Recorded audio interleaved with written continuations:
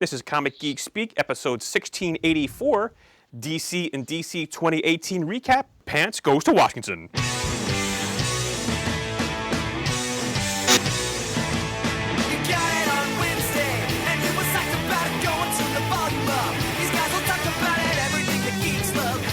Laser beams, opinions like the seasons on everything you read in comics, movies, games, toys, artists, Comic Geek Speak, Comic Geek Speak, Comic Geek Speak, Comic Geek Speak, Comic Geek, uniting the world's mightiest heroes. This is... I'm Brian Chrisman. I'm Shane Kelly. I'm Adam Murdo. And I'm Chris Eberly. Comic Geek Speak. And welcome to the show. Yes, this episode is going to be sort of about, well, it will be about my recent trip this past weekend, January 12th, 13th, and 14th, down to our nation's capital for a little event called DC in DC. Yeah, it was a nice weekend, and I'll get into that in some detail. First, I do make a quick mention before I forget. You know our friend Mike Officer White? Actually, you know him very well, Chris. Of course. He spoke to me the other day, and he wanted me to talk about real quick. There is what's called a White's One-Day Winter Con, because Mike knows so many people in the industry. He's putting together a real quick con, co-sponsored by JC Comics. It's happening Saturday, February 10th, at the Old Bridge American Legion Post 177 at 17 Emerson Street in East Brunswick, New Jersey. And these are some of the featured guests: Tom Rainey, Jim Calafiore, Scott Hanna, Mark Morales, Ron Mars, Matthew Clark, Rick Leonardi, Riley Brown, Rodney Ramos, Mike Zappick, and Charles P. Wilson III, with possibly more to come. Nice. So I want to get a quick mention out there for him. You can find out more information. Go to jccomics.com, their website, and they should have a link on their page for the White's One-Day Winter Con. So save the date. Cool. Might try and head out there if I can. So anyway, yeah, DC in DC 2018. DC Comics in Washington, D.C. I got to tell you, this was a wonderful event. The timing of it could not have been better for me. It happened after the Christmas season in the store, working all those overnights to go out to. This is sort of a really, really mini-focused convention. From what I understand, Warner Brothers TV footed most of the bill for the weekend. Oh, wow. I think they could afford it. Yeah. But it was they had panels, they had signings, and they had screenings. Yeah. So I'll go through this, and I want to hear if you guys have any questions. I know about the first thing that I did, Chris. I'm sure you'll have some comments on. They didn't have dealers per se, but did they have like a souvenir shop? Yes. It was held mostly at the museum, which is a museum down in Washington, of course, that you actually had to pay to get in most times. So I ran into Julian Lytle down there. Oh, yeah, I saw he was down there. Yeah, because he was telling me that not many people, because he lives down there, not many people come to the museum because you have to pay to get in when you go to the Smithsonian for free. Yeah. But anyway, it was a really nice museum. And outside, DC Comics had a pop-up booth. It's like a sort of like a very large RV kind of thing where you can walk up in, they have all the 50, biggest trades that they have. They had pop figures, they had T-shirts. You could play the Injustice 2 video game. On one side, they had a Jitters coffee set up. You can get free coffee. Oh, wow. I don't drink coffee, so I didn't partake in that. Love that. On the other side, they had huge comic cover posters of their various, throughout the history, like Action Comics, Detective Comics. And they had a big video screen showing clips the whole weekend. It was really a cool setup. Oh, that's neat. And so I'm just going to keep rambling on here, guys, if you want to jump in. So I got down there Friday morning, and I had made an appointment at 12 noon to go to the Library of Congress to view the Steve Ditko original artwork for Amazing Fantasy 15. Because I had thought, what am I going to do when I'm down in D.C.? Because it is kind of a quick kind of thing. I'll check this out. Went to the Library of Congress's website. There's an Ask a Librarian question, so I inquired about it because you do have to make an appointment. You can't just walk down there and say, I want to see it. Sarah Duke, she's the head person of the, I think it's the prints and photography section of the Library of Congress. Made an appointment, and I actually, it was at noon. I got there a little early, and she actually was with some other people, so I went upstairs and took a tour of the upstairs. You can see a nice view of D.C. from their cafeteria. Now, of course, it was kind of gloomy that day. It was raining, and it was like 65 degrees I know. on that Friday. Was really warm. Really warm. Didn't last. No. So anyway, I'm at the Library of Congress, and she put aside all of the interior artwork for Amazing Fantasy 15. Not just a Spider-Man story, but the 3 other stories in which I don't think I've ever seen those stories. Have you seen those, Chris? No, because in any reprint I've always owned, all they have is the Spider-Man story, and that's it. Right. It's in Mylars, baby. Each page individually, and she had told me that I lucked out with my appointment because they were going to send one of the pages, I think it was page 6, like the big shot where Spider-Man's in his costume for like the first time, learning his in the room, to an exhibit in Seattle. So I was one of the last few to see it all together at the Library of Congress. And when I was talking to her, not very many people go to see it very often during the summertime, but because it's only open during the week. Yeah. But so, oh man, it's great. So I'm looking at these pages, and I took a picture of the first page. Yep. I wasn't going to touch anything because she had to handle everything. And I said, "Oh, yeah, next page." But I want to get a shot of the opening splash page, and you can see Stan Lee's handwriting, some notes on the page. There's some paste ups, some things. So I think some scans are online. I'm not sure how high res they are, but to see it in person, I love original art. It was just amazing. I keep saying amazing.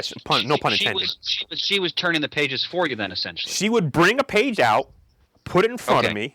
I would look at it. I had to sit in my hands because I didn't want to touch the darn thing. I'd say, "Okay, thank you," and she'd bring the next page out. Yeah. Wow. Oh, wow. Did you have like a time limit, like a half hour or something? Sorry. Well, Shane, to answer your question, yeah, she had set aside an hour and a half for me. Oh my God. That was because she's done this many times. She knows about that. But I think it was only maybe like about a little less than an hour. Okay. Now, I'm sorry, Chris, what was your question, Chris? Did you remember what the Stanley notes said? There were some notes about like when he leaps out of the way of the car and sticks to the wall, something like don't make this car drive too recklessly, something like that. They moved some dialogue over. Nothing too dramatic, but it was just cool to see all this artwork together. And the other stories in the issue were The Bell Ringer, Man in the Mummy Case, and There Are Martians Among Us. Again, all Stan Lee, Steve Ditko collaborations. Are there Ditko notes in any of the margins? I didn't notice any Ditko notations there. But everything was like written in light pencil, and it sort of faded. But the artwork, for being 55 plus years old at this time, because this came out actually almost 56, came out in I think August of '62 was the cover date. That's correct. Of the book. It was in tremendous condition. Wow. Tremendous condition. And of course, it's larger than, and it has the word balloons on it, and the dialogue and the captions. Oh, fantastic! God, it was great. And I had mentioned that somebody was there before I got there. And it was some people from DC Comics. And she had not yet put away what they had looked at, so I got to see what they were also looking at. So that was kind of an extra treat. And they had, remember the 9/11 tribute book? Yeah. They had several stories from that. There was a Will Eisner 2-page story. There was a Jim Lee 4-page story, The American Dream. I got to see that. They had the Alex Ross cover. So that's Superman looking at all the heroes, the policemen, the firemen, the dog doctors, standing next to him. Yes, Oh, yes. that's very cool. So I got to see all of that. And before I get too far along, we were talking about that they have a budget to buy artwork. Really? Yeah, but they can't compete with the auction houses and things. So this was a treat to get these pages donated to them. But they had a Superman page from Wayne Boring. Like the 1950s, and it was a cool page. At one of the panels, Superman is like flying around getting bullets, hitting it, and it says, "Oh, that tickles." So that was cool. And they had a page from Batman 189, which is the Silver Age appearance of the Scarecrow. And on the page was Bob Kane's signature. Huh. And I told her, and she might know this, but that Bob Kane probably didn't even touch this page. Right. Probably one of his ghost artists. I mean, I don't know how long Sheldon Moldoff was doing things at that time, but it probably wasn't done by him. But oh boy, that was a lot of fun. Huh. I didn't know they had such variety there. Yeah, she told me they've got thousands and thousands of pieces of artwork, some, comics, some comic strips, not necessarily all available to look at online or even index or search online. Wow. She did say they don't have any Kirby. So had I had more time to research this, I probably would have had more things pulled aside. There's also, I think, like the next door over, there's a film and television viewing room. It's like, God. I would never leave this place. Yeah, you're not kidding there. Wow. So I have my research card, which is good for 2 years. You had to get a research card. It's Okay. free. I can go back there anytime next 2 years and boom. Well, of course, phone ahead or email ahead to set an appointment. Wow. So that was I might have to try and do that sometime. That'd be that a lot was of a fun. lot of fun. And it just hit me to do that. So, Pants, none of this stuff is on display then, obviously. So you have to request it, and then they bring it out to you, That's correct. It was in a Mylar sleeve, which was in another binder, which was in another. It was a whole big production. I think each story was in its own box. And it had written on there in pencil, I could see by appointment only. So cool. So That's awesome. God bless America. Yeah. So when this was first announced as DC and DC event, you can sign up to go to some of the panels. Yep. Which I did, and it was held at this museum and in one of the theaters, which I found out later had about 350 seats, which I also thought they oversold. People didn't show up, so I don't think there might have been more than 400 to 500 people attending the events the whole weekend. So it was kind of a very intimate kind of thing. And what was the entrance fee per person? For the museum, Well, just for the event. nothing. It was completely free. Oh, I thought you said they'd oversold the room. Well, when they booked released tickets to reserve online, you can through Eventbrite. But no, everything was free. The panels were free, the signs were free, the screenings were free. It was a completely free weekend. Now, yes, the pop-up store was selling pop figures, T-shirts, and things, but the amount of goodwill and publicity that this produced, I think, outweighs any of the costs for that. I got to tell you, also, everybody was so friendly down there. I was in line after the Library of Congress viewing. I went to Jim Lee's signing at the pop-up store. You had to register online. You had to get tickets, so I got a ticket for that. I figured, when am I going to see Jim Lee again at a con? I can go walk to him, and there was maybe 50 people in line there. Really? Yeah, and he was very, very cordial. And yeah. one of the guys working the booth and working mainly the line for signatures was Fletch from DC Comics, who you've seen him at cons. He's always a great guy. And he recognized me. Oh, good to see you again. So I was like, oh, that was great. Talked to Jim Lee for a few seconds because it's kind of a never get everybody out of here. Yeah. But I mentioned that I saw his artwork at the Library of Congress when I was just there, so that was really cool. So that was Friday. Then Friday night, I went back to the museum because they had a screening. Now, when you got your ticket for your museum, it was like a pass to get back in, or you paid every time you went back in? Again, I didn't pay a damn thing for this whole weekend. Well, I mean, I thought you had to pay to get in the museum. Well, if you wanted to go there as just a regular person, there was an entrance fee for that. But because of the event, you could get in. if you get in for free with the event tickets also. gotcha. So that was cool. I walked around a little bit and saw some of the stuff there. Wish I could have spent more time there. Yeah. Wow. But Friday night I went back because they had a free Gotham by Gaslight screening from the Batman new animated movie, with Bruce Timm and all those people. And it was based off of the Mike Mignola graphic novel, which I've read. I know I have it somewhere. I couldn't find it. It's generally regarded as the first Elseworlds. Yeah, before there was Yes, Elseworlds. that's correct. Yep. Right. So I forgot everything about it. I knew it was set in Victorian times. You know me, I don't know credits or see trailers for it. So at the end of the thing, they're announcing they have a little panel on stage. Again, there's Bruce Timm, there's a couple of voice actors. And they mentioned the guy who's playing Jim Gordon. Oh, you might know him from Gilmore Girls. I'm like, what? it's Scott Patterson, who's Luke on Gilmore Girls. I'm like, oh my God, there he is. So I took a picture and posted and linked Danielle, because Danny's a big, a big Gilmore Girls fan. So that was my Friday. Then Saturday was a full day of panels and screenings. They had 5 panels, and they actually were all streamed live on YouTube. I think, Adam, you at least watched the Wonder Woman one, did you not? Yes, I watched exactly that one. I panel. wanted to watch them, and I didn't get to. Well, they're still available online. Oh, Now, cool. it's actually one huge 4-hour, 45-minute-ish, video, but you can, go through back that. and forth. But I got tickets for all of them, and because they had some signings going on I actually wasn't in the room for all of the entire panels for all of them, but they also had signings for some of the casts, which I didn't even know about. So these were let me just run down the list of the panels Just once for I'd you. like to get to a cast signing like that. The panels were first the art of the matter from sketch to screen, talking about how they get from the comics to the screen. Second was the many shades of heroism, DC heroes through the African American lens. After that was the Wonder Women panel. Then the Pride of DC, the art of LGBTQ inclusion. And then finally, the Aftermath, battle and trauma in comics. So I was at all of them for some one of it. And they were focused panels, obviously. But really, I don't know how to say it. There's really good panels. They're really good panelists, conversation. It was... this whole weekend, I think, was really well done. It should be a feather in DC and Warner Brother TV's cap. Wow. It was really well done. But they also had signings out in the... Now, they were originally going to be at the pop-up store outside, but Saturday, the temperature dropped about 40 degrees. Yes, it did. In the 20s and wind, so they had them inside the lobby. So...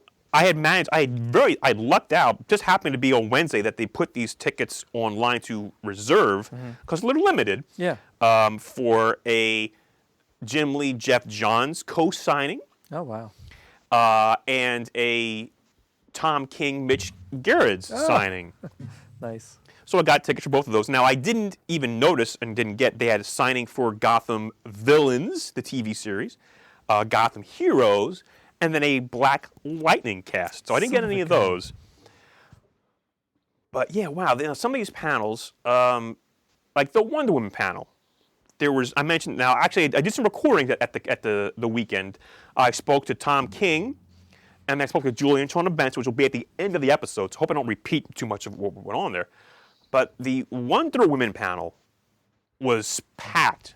12 women from comics, and from DC TV, and it was a lively panel. It was, again, you can talk more about it since you actually saw the panel. Did you not, Adam? Yes, I did. Well, live and more or less as it was happening, all via YouTube. Uh-huh. There were about 12 people, you say. Six Yes. and six. 6 from television and 6 from the comics. Well, actually, I think it was 7 from TV because... I guess the 7th was Sarah Schechter. Yes. She was more of a producer than an actress, but That's she was correct. in front row. Yes. Along with 5 comic book notables, including Julie Benson and Shauna Benson. And let me see, I think there was also Mariko... Tamaki. Who was the writer of Supergirl Being Super, and Agnes Garboska, who's involved with Superhero Girls and also does some My Little Pony artwork. And Shea Fontana. okay, that's the one I didn't know. And the actresses, real quick, were Katie Lotz, Candace Patton, Danielle Panabaker, Cameron, the woman who plays Selena Kyle in Gotham. Oh, right, Cameron Bikondova. Right. The actress who plays Tigress on Gotham. I'm forgetting her name. And the actress who plays Barbara Kane on Gotham. Wow. All these panels are available to view online. So, like I said, I got my Jeff Johns and Jim Lee signature, and I'm in line for the Tom King signature with Mitch Gerrard's. And there's again maybe 50 people in line. I'm sort of in the middle of the stack there, and I hear people around me talking. Oh yeah, I love Tom's work on this Batman or whatever. Saying, oh, that's kind of cool. And it's about like 5 minutes before he's supposed to start, like 1:30, and I feel somebody grab me from behind. And it's Tom. So he comes in, oh, Pants, how you doing? Give me a hug, and we're talking, we're chatting and everything. And he goes like, well, he mentions like he wanted me to go to the front of the line. Yeah. And I'm like, no, Tom, I don't want to be that guy. And I realized later, I must have matured in the last 11 years because 11 years I want to go in there for the line. You'd have pushed everybody out of the way. No, I just wanted to just stay there in line and not be that guy, hang with the people there. And we were looking at. I said, Tom, you better get up because we're just chatting. He goes, come on up. No, so he goes up there and of course everyone around me is like looking at me. I'm like, I don't even know who that guy is. But so that started a conversation with the folks in line about how we know him and the podcast. So maybe we get some more of the listeners out of the deal there. But that was one of the moments where it's like, oh wow, it's like, look at me, I'm pants. Because every now and then, it's good to be pants. I think it's more than every now and then. And then Saturday night after the panels, they had a special screening of the premiere of Black Lightning. That's cool. Now they had one at the museum. Which I was at, but they also had a special red carpet premiere at the Smithsonian. Now, I didn't get to go to that one, unfortunately. I found out I might have been able to had I been anyway. But all I can say about that, it's actually airing as we record this in about 2.5 hours.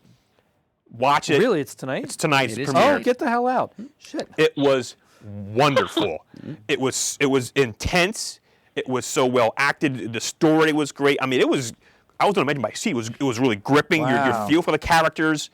I can see this taking off like no one's business. Oh, that's cool. This is really well done. And like I said, it's intense. It touches on a lot of the hot button topics for today that might make you a little uncomfortable, but that's unfortunately what some of these people's lives are like. Yeah. But wow, so that was. I loved what I saw in the trailer. I'm very excited. I did not realize it was tonight. I thought Oh yeah, it was Friday for some reason. it's tonight. Crap. So I got my VCR set. VCR set. I can watch the playback and pretend, via the gritty quality of sound and video, that I'm watching a bootleg blaxploitation movie. Oh, But I got my TiVo set for that. So God, I gotta run home and set the DVR for that. So check that out. And actually, they did a brisk business at the pop-up shop because I went back and think, let me get one of these T-shirts, and they didn't have the XLs left. So they were able to do so. Again, what a great weekend! What a great opportunity to see some great panels, get some books signed, see some free screenings. Get to catch up with Julian Lytle for a little while, and Tom King and the Benson Sisters. God, I haven't seen Julian since a couple Baltimores ago. Jeez, and Tom, it's been at least that long, if not longer. Yeah. So I dropped the hint that, when they haven't come back on the show again to talk to everybody besides me, talk to the rest of you guys here. So we'll see if we can get that set up. But again, hopefully they do something like this again. And they can take this pop-up shop and put it anywhere across the country, I think. Do other little mini events like this. But it was completely free. That's awesome. Now, again, you had to be at the right time to get your tickets on Eventbrite. But it was free. It was great. Kudos to Warner Brothers TV and DC Comics, and I had a great time. Oh, that's neat. Now, Chris, I understand you have to depart. Is that correct, Chris? Indeed, brothers. I apologize for that. Oh, no worries, Chris. But Vince, I'm envious of the sojourn you went on. That's tremendous. And I hope we really do get Mr. King on there because I have so many things I want to talk to about with all the magnificent work he's doing right now in comics. I've said it before. He's one of the best writers in comics right now. So I just read through the War of the Jokes and Riddles. Is that what it was called? I just read through that the other night. But stay tuned at the end of this show because I do chat with him. So cool. Check that out. All right, Chris. We'll be in touch. Russ, I will be in touch with all of you quite soon. All right. Take care. Good night, all my friends. Good Take night. care. Bye. Bye.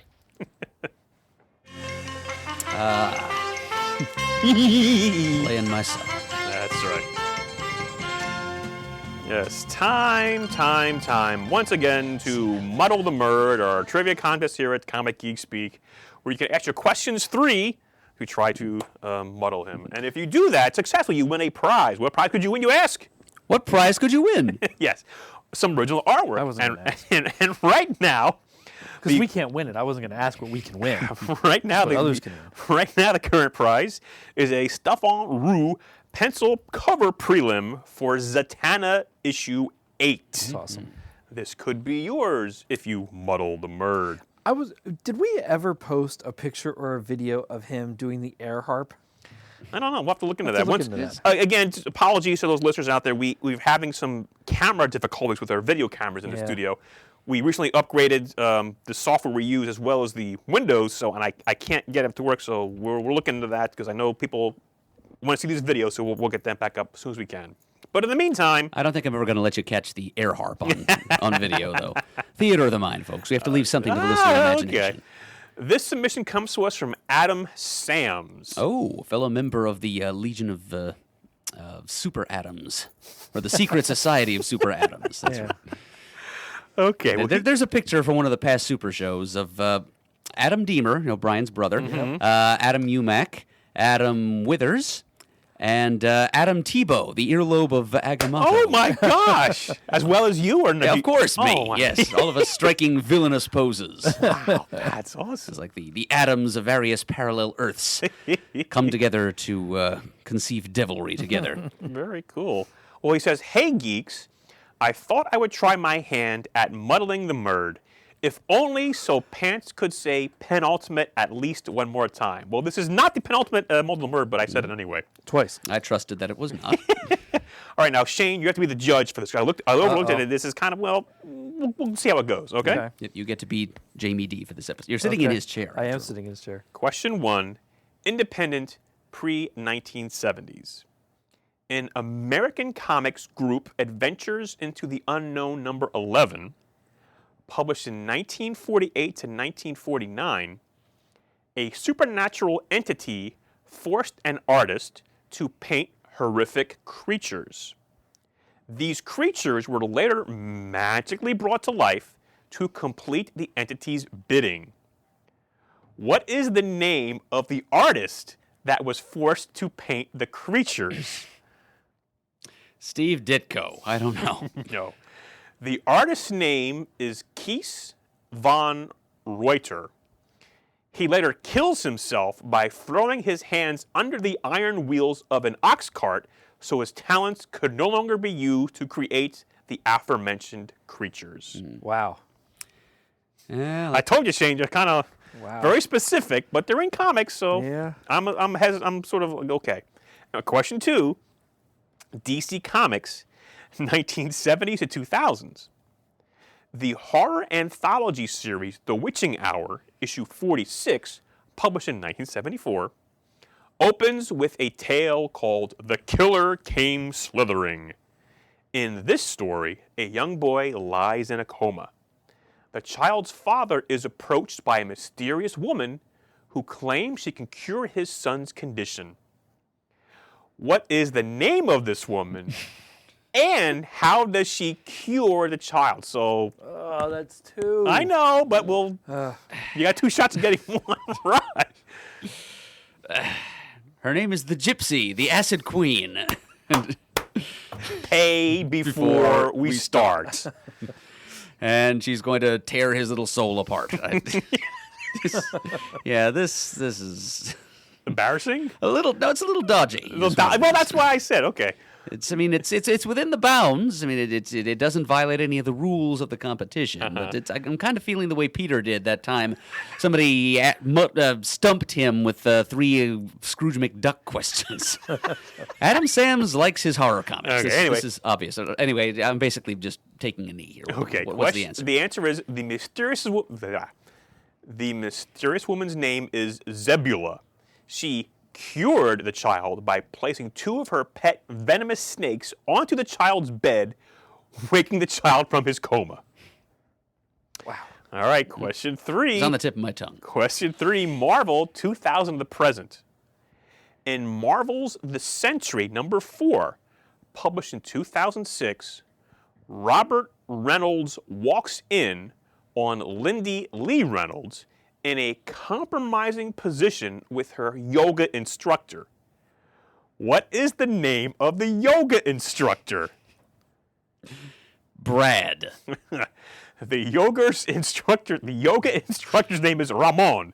Fun fact, Ramon is later killed when the Void throws an airplane into a building, killing thousands of people, including Ramon. Cheers, Adam S. So, Judge, Wow. did we get a muddle there? I think we kind of get a muddle. Yeah, we can get a muddle. I mean, like Adam said, it doesn't break any of the rules. It's extremely specific. A little unsportsmanlike, perhaps, but Well, he's a fellow Adam, so I'll leave it up to you, Adam. oh, fine. Give me the thing. That's the spirit. Well, congratulations, Adam. I just hope that his use of the closing cheers doesn't mean that I'm going to have to mail this to the United Kingdom. Ooh. You never know. I mean, his email address isn't like something .uk, is it? I'm going to have to forward that to you, and you can. I don't believe it is. No, it's a Gmail address. So I will forward that to you, Adam, and you can take care of the postage, which you have been given some. That's true. I can't begrudge Adam too much because, thanks to a generous endowment from a listener of ours out in Chicago, I now have ready funds for mailing out these muddle prizes, so I don't need to dip into my own personal money. All right. Well, I mean, this is mostly just about, not about me, but I wanted to talk about my trip and my experience at this wonderful gathering that DC and Sounds like a good WBTV time. put together. I'm sorry you guys couldn't make it. I know it was kind of last minute for me. I'm at the point in my life where I can pretty much do almost anything I want to give it enough time and notice. And You can do anything you want, given any time and notice for the most part. sorry, Shane. Oh, I don't hey. mean to poke the bear, but yeah. So if there's nothing That's else, we'll wrap up. And No. like I said at the end of the episode, following the credits here, I do have a couple of chats. First up was Tom King. And I'm glad that they put that stuff out on YouTube that you can still watch it. I Yeah. always like when panels get broadcast like that. Absolutely. Just got to search the DC Comics YouTube channel for the DC panel. Very cool. So again, up next is an interview with Tom King. I mean, not an interview, just a conversation Yeah. with Tom King, and then with Julie and Shauna Benson. Very cool. Visit us at comicgeekspeak.com to send an email. The address is comicgeekspeak@gmail.com. To leave a voicemail, the number is 267-702-6642. Stop by thecomicforums.vanillaforums.com and let us know what you think of the DC in DC event. Sounds like a hell of a good time. Follow us on Twitter, like us on Facebook. Thanks to everyone who contributes to the episode, sends muddles ins to the merds. Please continue to do so. That way Pants has many more excuses to say penultimate. And as always, we are uniting the world's mightiest heroes one listener at a time. You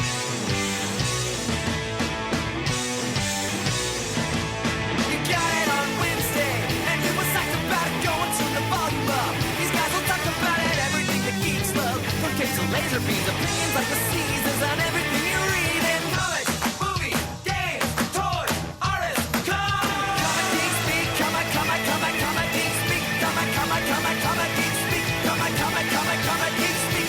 comic geek. Uniting the world's mightiest heroes. This is Comic Geek Speak. All right. Well, it's Sunday morning, January 14th, I guess it is. Well, yeah. Okay. It's early morning. You didn't tell me it was math on the test. What the hell? I'm in Washington D.C. With Mr. Tom King. Good morning, Tom. I want you people to know that we are standing outside on, I would assume, the coldest day in America. Not that cold. This is the sacrifice that Pants and I are willing to make in order to To bring you a few minutes of frivolity. a few minutes of frivolity. And so this is how comics really are made. Outside in the cold in the streets. Outside in on the the cold mean in the streets of streets. D.C. Yes.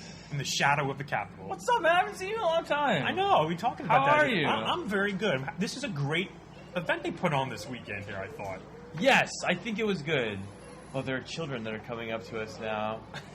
I assume probably they're half frozen to death, and we should revive them. Oh no, they're well- moving, so that means that they're alive. Oh, they're alive. That's good. Congratulations. Yeah, hashtag DC and DC 2018. Yes, it was a really good event. I was so busy. It was all back to back. It was very surreal at points, and very cool at points, and very scary at points. But yeah, this was a weird one. It's like a half a con or something. I don't know what you call it. It's new. I can't believe no one's ever done a DC and DC thing before. It seems to write itself. But yeah, this was a free weekend of events at the museum and other spots in the area where they had a couple of panels, had a few signings, they had a few premieres.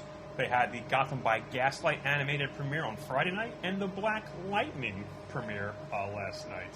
which I got to go to. I know. I got to walk on the red carpet. I know. I'm so jealous. You have never seen people care less about a thing than seeing me on a red carpet. Well, you mentioned before you were at a thing where I guess Finn Jones was on the carpet, and they were all taking a picture of him, and they're like, "Who are you?" That was exactly. So what they do, it's horribly embarrassing because you were the PR person from DC Comics, a very nice person, and they're aware that nobody's going to know who you are, and it's going to be in your embarrassing, and you're begging them not to put you through this thing. You're like, I can imagine. You're like, it's going to be, it's I'm going to walk into a crowded room and everything's going to go hushed, and people are just going to, and the actors had gone before us, and I don't know if you've seen Black Lightning, but those are like incredibly beautiful people. Yes, I saw it. Yeah. Yeah, like inhumanly so. And so they like walk you back behind this curtain. They're like, "Oh, stand over here," and suddenly it's just you, and it was all the actors from Gotham, the Flash, and Legends of Tomorrow, probably. Legends of Tomorrow. Superman was back there. I know he's the Atom now, but once Superman, always Superman, right? I'm sure he loves that. And Black Lightning, they were all there, and I was a troll of some sort. They was just like and I was with Mitch Gerrits, my artist, like I own Mitch Gerrits, the best artist in comics, who happens to work with me on Mr. Miracle, and he was like dapper. Yes, He had like a fitted suit on and like this Alan Moore beard going on with a tie. And I was not that. I was basically dressed like someone from some late apocalypse that was predicted in the 80s, and I had accidentally been flashed back. Had like my fly was wide open. One of my arms was sticking through it by accident. I looked like a horrible person. They all looked at me and assumed I was a stalker who had accidentally gotten in. They were calling security as soon as I crossed the threshold. They're like, "Whoa, Brandon Ruth, is that the guy?" "I don't know, but yes, it's probably him. Please get him away from me." Probably for free drinks, probably, though. I think they were probably... I think the actors were... You ever do that thing where... You know how if you're a comic book person who follows Instagram or Twitter, like, comic book people will draw a beautiful picture and then they'll put their pencil next to it to be like, here's the scale of how cool this picture is. And I did all of this with this instrument. So I was like the scale to show how beautiful those people were. Because they're all standing next to each other. You can't tell them from beautiful. You need something to compare them with so that their beauty can shine out. So I came in. They're like, "Everyone take a picture with that guy," so they can see how far above most people we are. I'm like, "Oh, thanks. Who wants to take a picture with me? Oh, this is great." So yeah, I was basically the control scenario for beauty. So you go back there and you see a bunch of actors and you're like, "Oh, you were in that thing and you were in that thing," and but you don't say any of that. Instead, you just say, and then they all go out and people are cheering, like, "Yeah!" And they have like these poses they do because they're all used to it. They like stick out one foot and they say Thursday and they're just like models and like statuesque people, and then like after they all go, there's like an awkward pause. They're like, "Well, I'm sure that's everybody." And then like, "No, there's 2 more comic book creators." and then they hand you signs, or your publicist goes and he like has a handwritten sign, nothing like a fancy item, and it says like Tom King, writer, just so people. You won't be embarrassed, and they just go and they're like, "Tom," they put it over your head, and so the cameramen are like, "Oh, Tom King, writer!" And I was like, "Hey, everybody knows me. I'm sure it's a coincidence." Like a giant word balloon over your head. Like a giant word balloon over my head. I think the cameramen just play along with it, not to embarrass you. And then you're standing there, and you're trying to do what they do, but you say the wrong thing. So instead of Thursday, you're like Tuesday. Oh, I fucked it up. And I've never sucked in my gut harder in my life. Like 2 of my kidneys were in my throat at the time.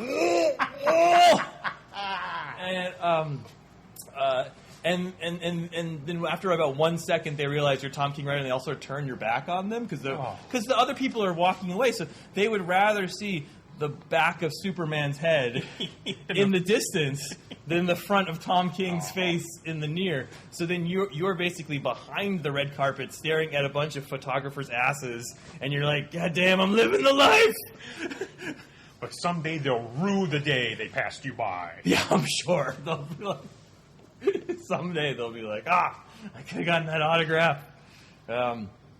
And then you go into a premiere and you watch like all those people who were beautiful just standing next to you actually like being people on a program, and it's all just very, very weird. And they like cheer when their own names come up, you know? Like in the beginning, like their names come up and they go, "Ah, that's me!" And you're like, "Holy shit, that is you!"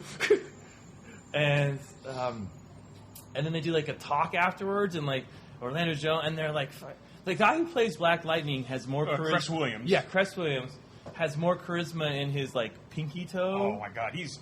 So I remember him from like 20 plus years ago, like NYPD Blue, playing like someone called like Snooki or something. So he's been an actor for a long time. He's he's really good in this. Yeah, he's fantastic, and he's just like he occupies the screen, and you want him to be your dad like as soon as you see it, but you want him to be your dad punching somebody in the face. And so he's just like sitting up there like chilling out, but like you can see why people are actors, because like somehow light hits them differently than it hits the rest of us. Like somehow like. Instead of just like bouncing off them, it becomes an arrow that points at them, and you're like, ah. Yeah, it was cool. I mean, that part was cool. And this is being held sort of in your own backyard, more or less, because you're from the area. Do you still have the same hairstyles as Paul Ryan? I do. You still? Okay, I remember you said that a while ago. We do, yeah. In Bubbles on Capitol Hill. What the proud of it is. I'm really part of the Washington establishment that we get in our haircut. I'm sure he pays less for his than I do for mine because he's in Ayn Randy and he probably doesn't tip. But I see all the photos you post when you're walking your dog. There's the Capitol building. There's the Washington Monument. Yeah, we're at this museum and we're 4 blocks from my house now. And, we're across the street from the art museum, and there's, like a Picasso within hand's reach of us. Of course, we're standing out in the fucking freezing cold because we're hitting. Ambiance. Ambiance. So, but the ultimate awkwardness came, not awkwardness, but surrealness. So after the premiere, we went to the after party. Mm-hmm. And again, I guess my invitation was lost in the mail. I'm kidding, I guess. I had an extra one. You should have called me. Are you kidding me? They kept handing me more and more invitations. So I'm like, all right, here's this. You don't have you couldn't text me or anything like that? And I had brought my... I wouldn't belong in that crowd. Oh, I certainly did not belong in We would not belong together. We could not belong together. We could be... I've gotten to the point in my career where I'm celebrity adjacent.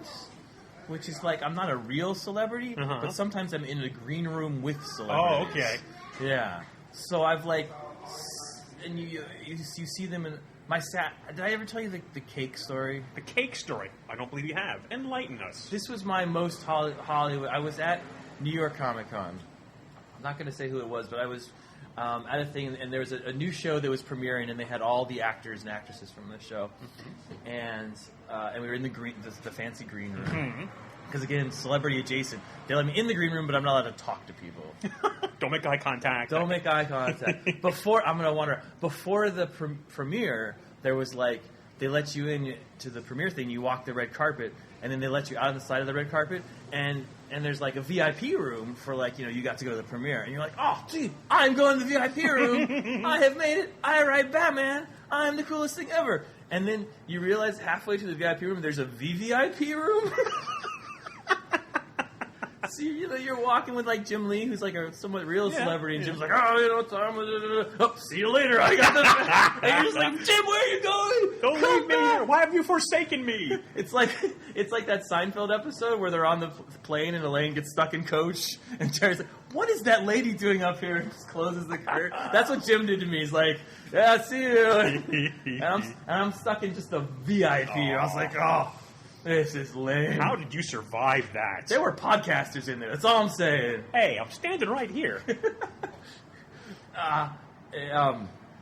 But the cake story. Stay on target. So I was in a green room with a bunch of, and they were again young people who are. I don't know if you've been near a bunch of actors, but you know how what was it? Fitzgerald said.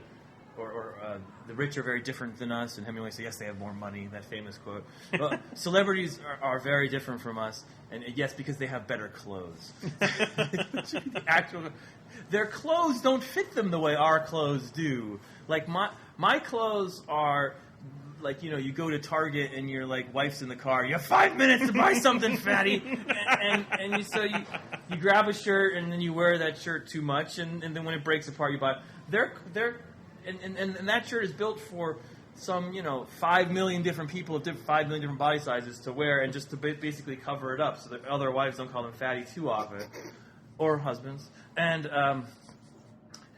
But their clothes are made for them and sort of like tuck in the ways that they need to tuck, and they're like every micro inch is covered so that it just looks like they're not wearing clothes. They just like woke up and pressed the button and their skin, they like Beast Boyed it out, and they're just like skin turned to everything. And so there's not a normal way. They're just like kind of slicker. They look like they were like fitted by Flash, and or Gamby. Or Gamby, yeah, exactly.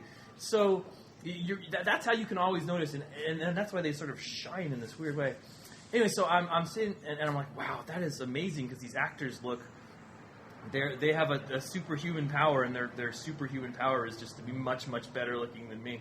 And too many people have that power. And so this young actress goes to them. Of course, there's always like food at these green room things. And there was a big old birthday cake. Someone had a birthday, and it was cut up, and it looked gorgeous. It was a gorgeous cake. And this actress goes up to the cake. She cuts herself a nice big chunk of cake. I was like, oh, wow, that looks good. She puts it on a plate. She picks it up. She takes one bite, totally unceremoniously, puts the fork down, goes to the trash, and dumps the rest of the cake in the trash. And she sits there and just kind of sadly stares at it. This piece of cake in the trash can.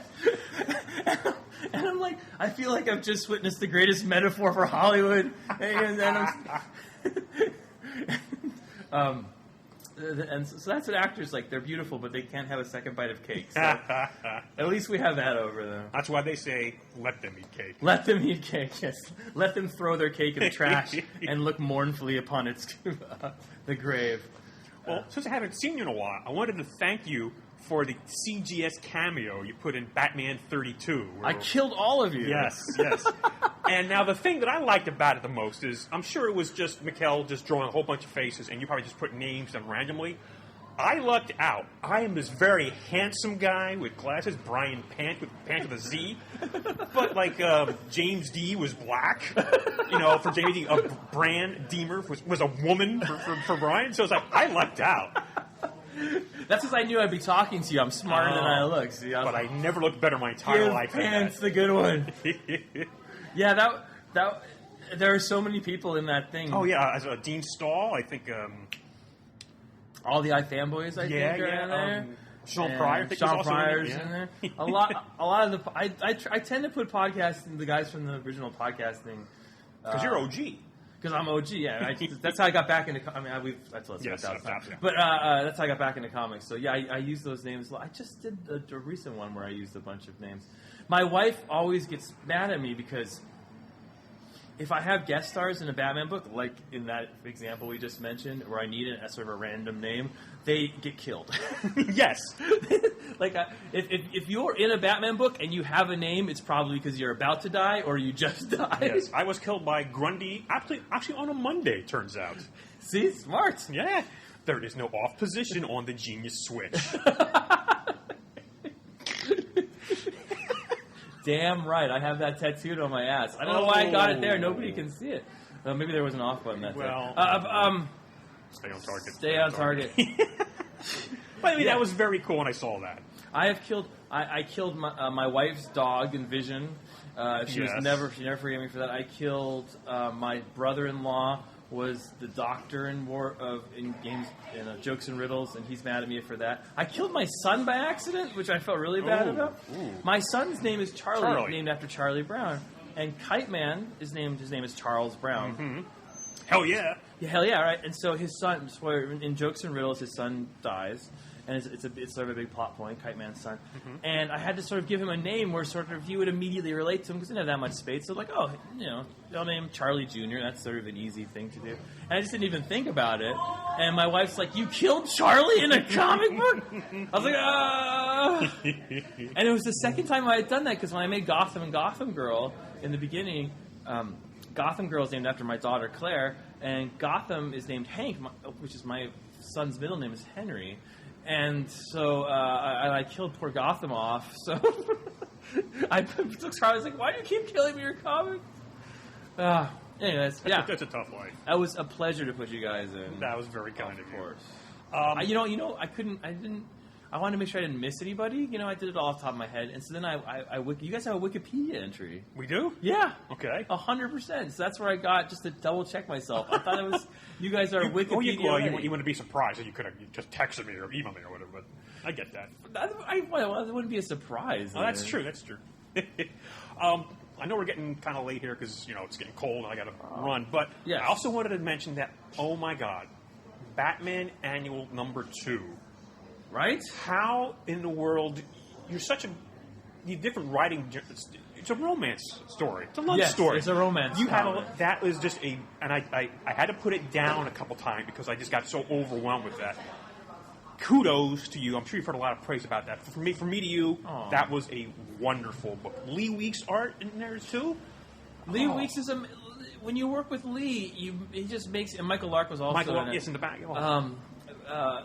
But I worked with Lee on that FUD thing, and I immediately called my editors. I was like, "Don't let that guy work for anybody else, because it's the easiest thing you can do. He makes everything beautiful. He's been a master of the craft for 30 years, and for some reason, even though he's a big guy, he gets con lines and stuff. I feel like he's a little lesser known because he was the guy who followed Frank on Daredevil back in the day, and following Frank, even though his Daredevil was, beautiful. Anyone following Frank Miller that's gonna be a tough thing to do. Mm-hmm. And but yeah, he just draws. Where I met him was it Super Show? For the Super Show, when I first met him. Yeah.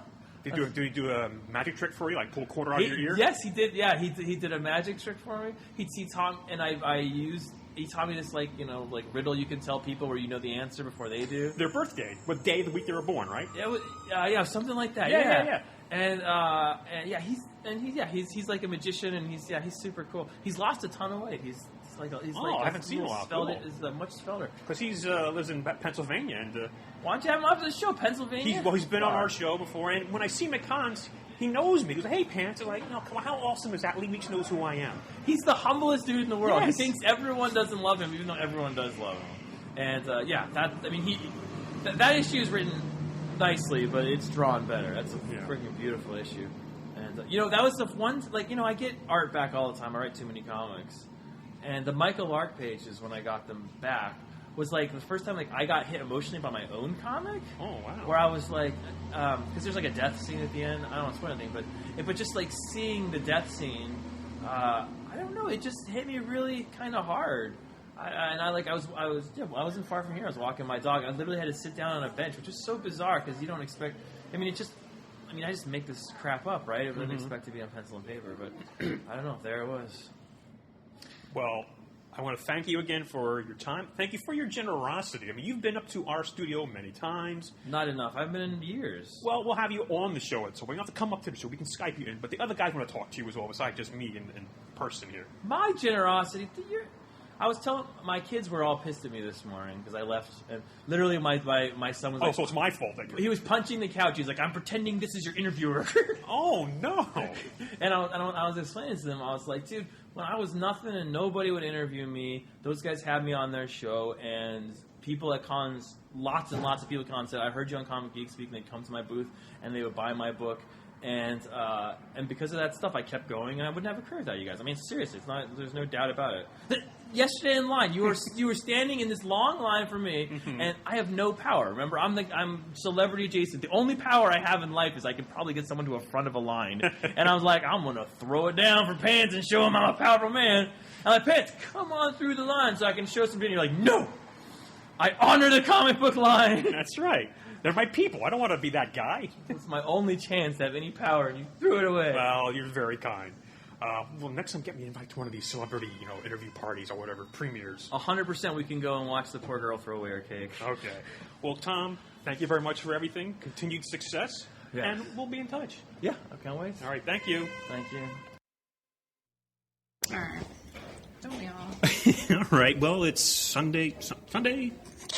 Sunday morning. I think it's Sunday. Take two. No, it's Sunday morning.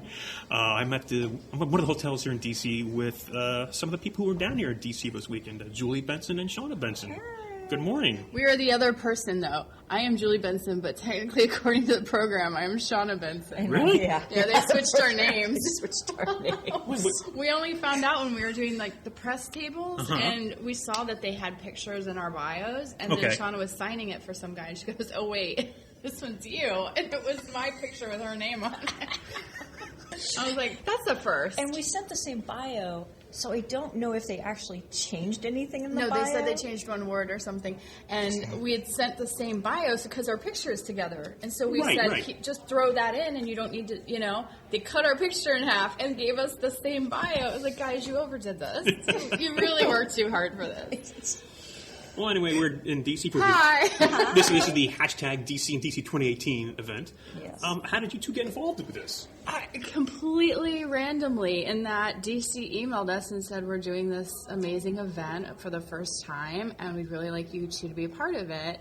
And we didn't even know what the panel would be or what that meant. It was just, we're doing this DC and DC event. Would you like to do it? And of course we said yes, because luckily we are on hiatus from the 100 right now, and we can take a Friday and Saturday and Sunday and go somewhere. And I'm so glad we said yes. This has been the most empowering and just like exciting weekend of meeting people that we never get a chance to like hang out with. Yeah.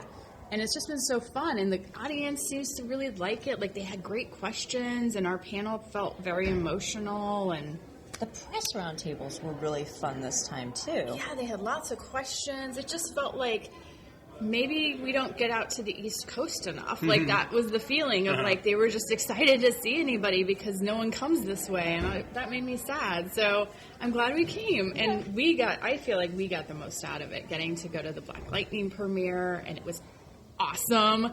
It was really good, and we saw it with like the cast and the crew, and they were just howling and screaming during it and laughing, and it was just the funnest way to see that show. And I'm excited. I don't know. It was just we have a lot to talk about. Well, have either of you been to DC before? When we were 8, Yeah, family trip in Some year.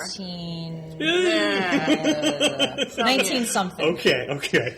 You do the math at home. so it's like 1900s. 1925. There we go. The White House was a different thing. Our remembrances vaguely of. I remember we went to the Smithsonian. Yeah, I remember a dinosaur and the we Washington did do the White Monument. House tour. I do remember the White House tour. Did we do the White House tour? Oh, very nice. Yeah, we did. That was when Carter was president. Now, come on. Anyway. I know better. But yeah, similar for me. I haven't been down here, I think, in 30 years, too. Is that right? And you were so close. I know. The last I could think of is that I was on a high school trip, or junior high school trip, with my mom as a chaperone, and I know there's a picture of us and the whole class on the steps of Congress with our representative, Oh my God. Gus Yadrin. So that's the last time I was down there. But That's so cool, though. and it was so cool they brought you guys out to the East Coast. So random, right? Yes. And on MLK weekend, it's so neat. And we can say where we're staying now because no one's going to come, And knock on your door. steal my underwear. But would anyone Because they steal would. my underwear? They're clamoring to steal your underwear. So We're you're staying projecting I'm now. projecting. I just want somebody This to is like when steal she my wanted everyone to buy her things on her Amazon wish list. I remember Hey, that. I heard that's what porn Porn stars stars do, do, and I yes. thought that was brilliant. Okay. Where were we going with this again? Hang on. We're staying at the Willard Hotel. that's right. And Intercontinental. the Willard Intercontinental, and we found out not only is the second oldest bar in D.C. in this hotel, the Round Robin, it's where Abraham Lincoln and MLK came. Well, not together. I was just listing names, but comma. But Don't MLK. learn your history from this, kids. Martin Luther King came here after his big speech, I Have a I Have a Dream. Dream speech, and hung out. And I thought that was really cool on MLK Day to kind of be a part of that. I drank a mint julep in his honor. So anyway, they brought you out, and you were actually on a Wonder Women panel. Yes. 12 women from DC TV and DC Comics. Yes. You probably know all the names. Well, let me see. Candace Patton, Who plays? Iris West, Yep. Katie Lotz, White Canary, From Legends. Danielle Panabaker, Taylor Frost, oh my God, I can't remember the young woman who plays Selena Kyle. Cameron. Right. One who plays Tigress on Gotham. Yep. And I know. Wait, it's Sunday morning, and the other woman who plays on Gotham, who's Jim Gordon's girlfriend. Erin, she plays Barbara. Right. Then, of course, the head, not the head. Is he the head writer for the WBT? Oh, Sarah Schechter. She was there. Yeah. That was really cool. Yeah, Shay Fontana. Shay, Agnes Grabowski, and Mariko Tamaki. Yeah. Okay. And, of course, both of you. Yeah. It was too many women. That has never been said in the history of any panel. And I say ever. that smiling because it was so empowering and so cool to be up there, and all of us behind stage were like, I've never been on a panel with only women, this many women and only women, and we were all like, what? And then they called us out, and we kind of had this moment where we were like, this is really cool. And so it was just really neat to be out there and have people ask questions that were mostly directed at the actresses, because of course they're the pretty people. That's all. I had questions for them, but just how supportive they were and how represented they were. You know, the girls that look up to Iris, and then hearing her talk about just having representation of a black female on a superhero show. It's just such a big. It feels to us so natural, but it hasn't been done. It's just like when Black Lightning's going to premiere, he'll be the first black superhero on a television show. I mean, come on. So yeah, stuff like that was really cool. Yeah, I would say representation was the watchword of the weekend. Yes, like I heard it multiple times, almost everywhere we went, that this was about representation, and not just for African Americans, but for women, for other ethnicities, and the LGBT. Yes. They had a panel. There was even a panel about PTSD. That was the one that Tom did, I think. Yep. And so, I mean, there were really interesting topics, and even the questions that got asked to the actresses were relevant to what we were talking about. They weren't like, "What's your favorite outfit?" or anything. I mean, ridiculous. there was one about like, "What superpower do you have?" Asked by like an 8-year-old. Oh yeah, that was cute. Totally I still want to know the answer from everyone. It was just totally. We actually talked about it at the party. Yeah, we did. A few of us were like, we didn't actually get to answer, but here was we were thinking about it. We did think about her question. What were your answers? Well, mine is always telekinesis, mostly because I want to be able to move the cars that are parked on our street so that they will be parked appropriately so that I can actually fit such my a practical car. superhero. Look, that is a totally practical superpower. I can use it all the time. And use it for good. And use it for good, right? Not for Well, I have two. Is time travel a superpower yet? No, I don't know. Does anyone Our know man, time a travel? little. Yeah. Well, okay, if you can't do that one, then I would just teleport, because I hate. Sitting in traffic. Yeah, I hate sitting in traffic, and I hate like being on a plane. I just want to be You don't really there. want to fly. You So I just don't wanna care about. get- Yeah, I don't want to fly. I don't mess up my hair. I said that with such attitude, and I don't even mean it. But yeah, no, I don't want to fly. I might like get bird feathers in my mouth. Or something else terrible. Or bird poop. Moving on, but you know, You didn't have to say it. you know, I actually had a question, but there was no way I was going to get up there and ask a question with all those women there. The woman in my row ran past me with the microphones. They like tackled you. How many do you think you were in the audience? Men to women ratio was it though? I don't know. looked pretty even. Pretty even. But my question, if I'm asking to you now, Let's do it. So for Batgirl and the Birds of Prey, which is the book, of course, you're writing there. I see you get a lot of fans on social media saying, "Oh, add this character, add this, add Poison Ivy, which you did, or add the Big Bard, or add Zinda," and they want to see these characters out there. How do you deal with what stories you want to tell versus what the fans want to see? Yeah, I mean, we How's that for a good question? It's a great. I think that would have been a great question. They don't by give these them. shows to chimps. True. It's good to be pants. So that's a really good question, and it's something that I think we talked about on one of the other press interviews, which was we do read all of the social media back and forth because it's important for us just to be listening, and it's important for us to feel like the readers do have that open communication with us. It doesn't necessarily mean that we're going to have a dialogue, because sometimes legally we can't, but we do listen, and we don't write our stories to please that person. Meaning, if somebody is like, put Hot Girl in the book or else, come on, we've probably already thought about putting Hot Girl in the book, and there's a reason she's not in it. So For us, it's about listening and them hopefully knowing if we could, we'd have every single character in this book. My favorite ones to write this year were the manslaughter arcs. Yes. I wish we had made that another issue because I would have had more time to play with those characters and give them each their sort of moments, more than just the heroic moment, more character moments. But we also were told by DC that you can't use Barda. Why can't we? Well, this guy, Tom King, is going to be doing Mr. Miracle. So a lot of that stuff happens behind the scenes that people don't, think about or consider. Zinda, they really want to be able to introduce Zinda back into the Rebirth universe in a way, in their way, which I believe they did with Metal, or they were going to do with Metal. So it's like that was something that they kind of said. She's queued up, but not ready yet, kind of vibe. And it's sort of the thing of if you're going to bring a character back into continuity that's been out of a continuity for a while, they really need a spotlight to be able to do that. And our book may not. There was no spotlight. It was there's no way to really do that appropriately. So I mean, there's a half dozen characters that have been thrown at us of why not this one, why not that one.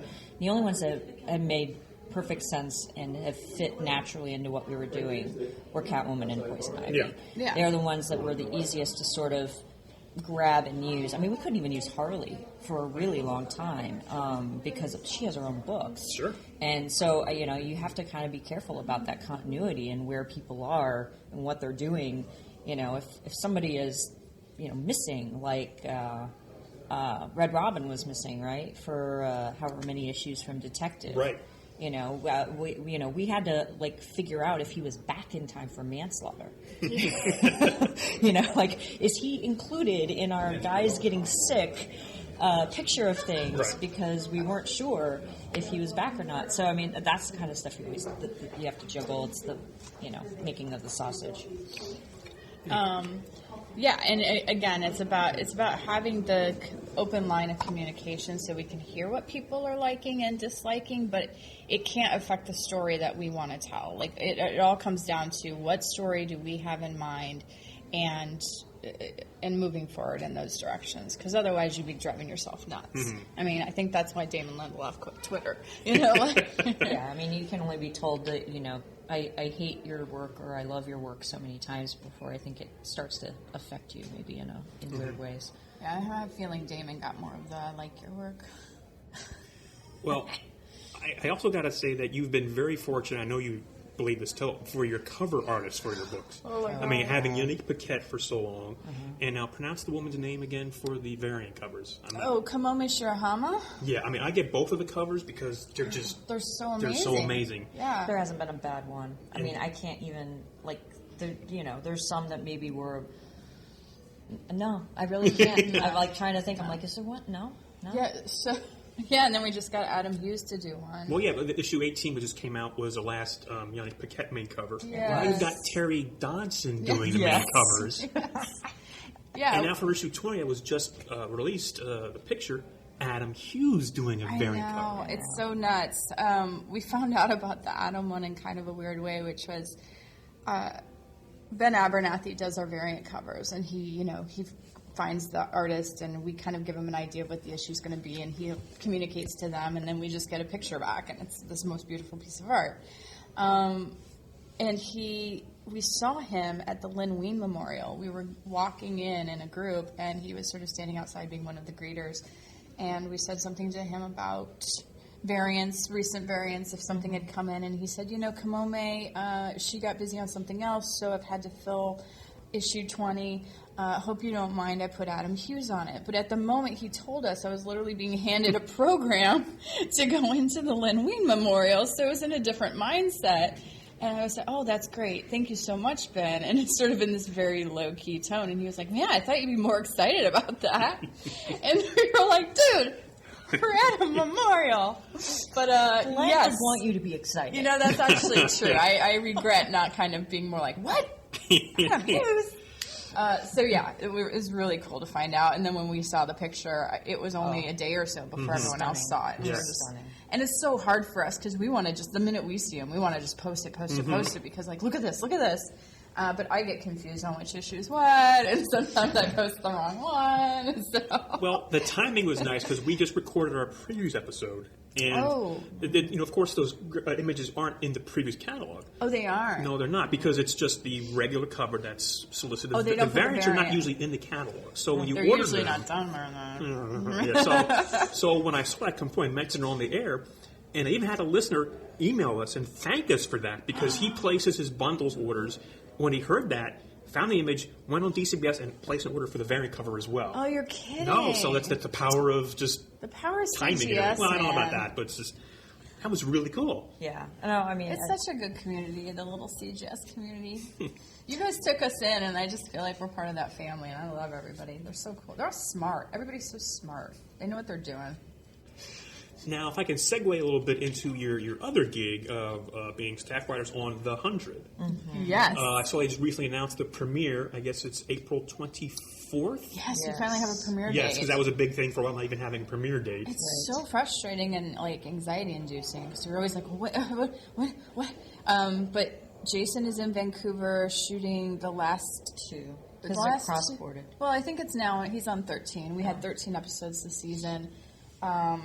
It was a tough season, but it's going to be amazing. Everyone was trying to get information out of us, and for a second, I was like, "Oh yeah, season 5, it's about." And then I was like, "Wait a minute, I am not allowed to talk about this." Well, we do know there is at least a future time jump. Yes, there is, and the time But jump that was is at the end of season 4, so we talked about that. Yeah, the time jump is kind of, I think, the most fascinating aspect to the season of what does that mean for those characters. Because you can fill in the gaps from all that time. You can, or you can just see.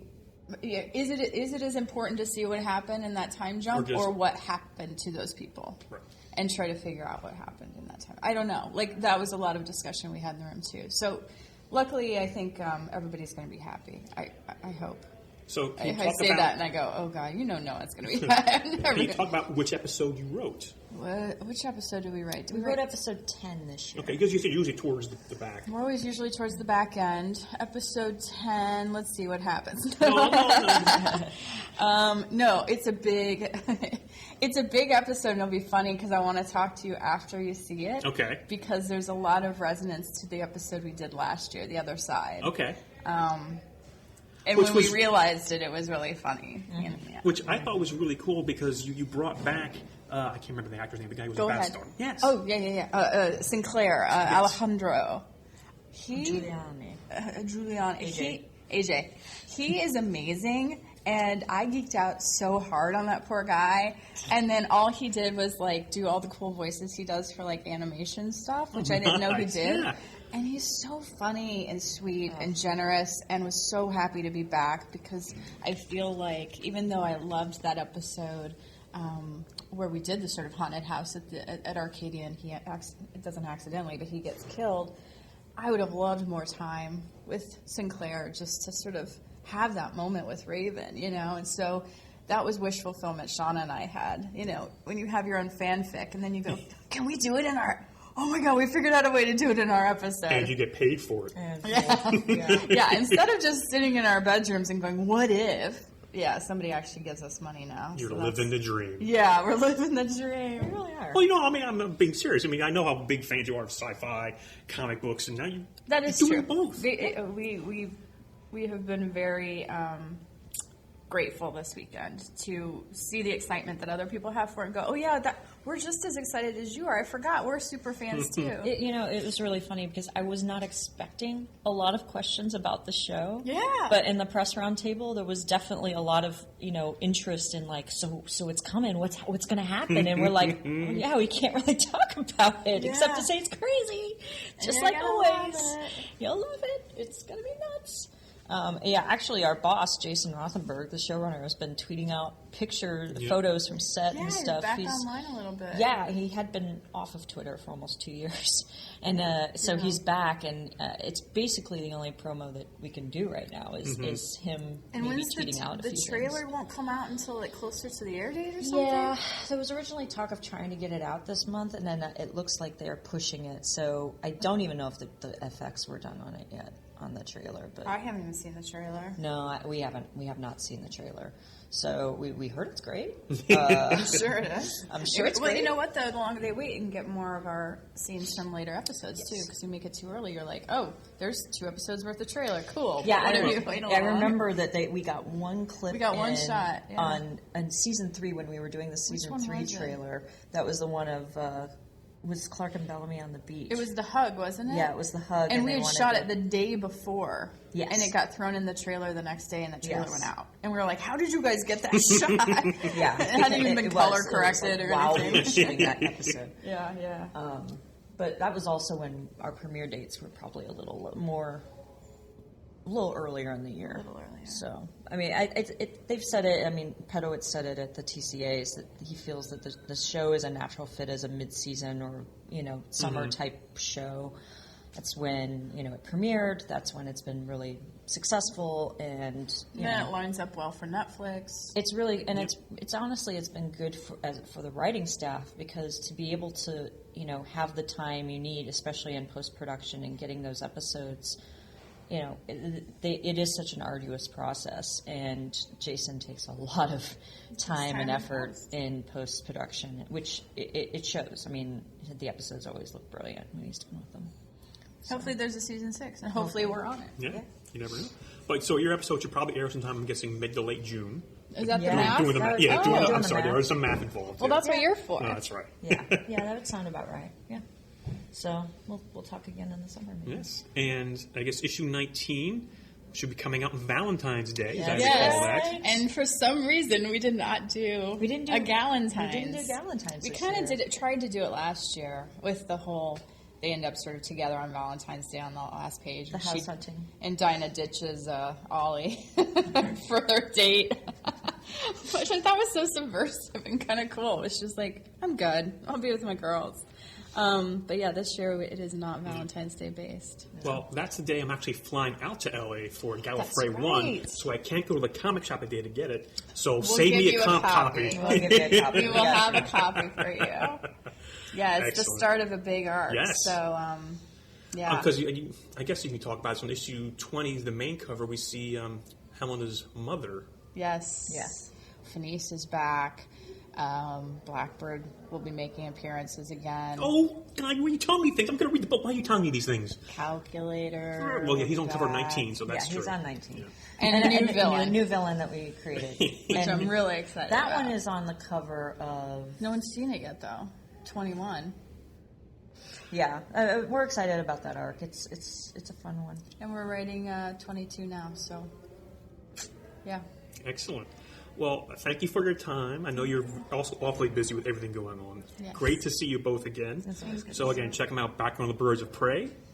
Issue 18 is just down now on your comic stands. That's and a of course, one-shot. of course, the 100 premiering on April 24th. Woohoo! Yeah. Ooh, excellent. Thank you, ladies. Thanks, fans. All right.